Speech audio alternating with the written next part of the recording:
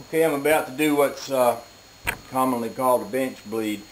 What that means is I'm going to bleed these brakes, and what that means is I want to get all of the air out of all of the brake lines. The first thing I want to get the air out of is the master cylinder, which is this right here. So what I do is I've actually attached two plastic hoses to the outlet.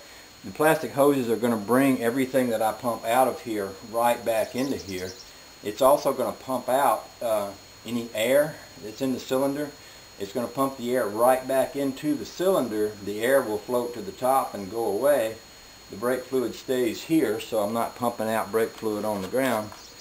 I don't know if you can see it well enough, but if you watch these lines, the first thing you're going to see coming through there is air. See the bubbles? And at some point, you'll start to see some fluid coming through there mixed with some air. The nice thing about that is that the ends of these tubes are down in the brake fluid, so that when I let the brakes off, it's actually pulling brake fluid back in there rather than pulling air back in there. Back in the old days, we used to bleed brakes by having someone on the back of the car at the brake cylinder and someone pumping the brakes, and they would pump it up and hold it, and somebody would open the valve and then close it before they would release the brakes so that you wouldn't wind up sucking more air into there. That's been eliminated by a gizmo that I'll show you in a little bit when we get around to bleeding the wheel cylinders, that allows one person to bleed the brakes.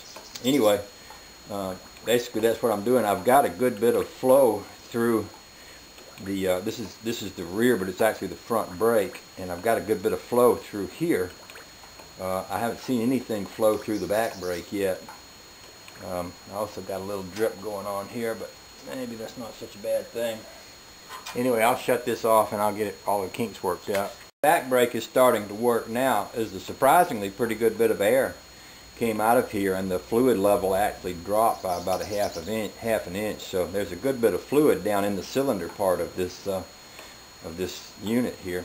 But now you can see the front one, which is actually the back one, but it works the front brakes. It's all clear. There's no air at all going through those lines.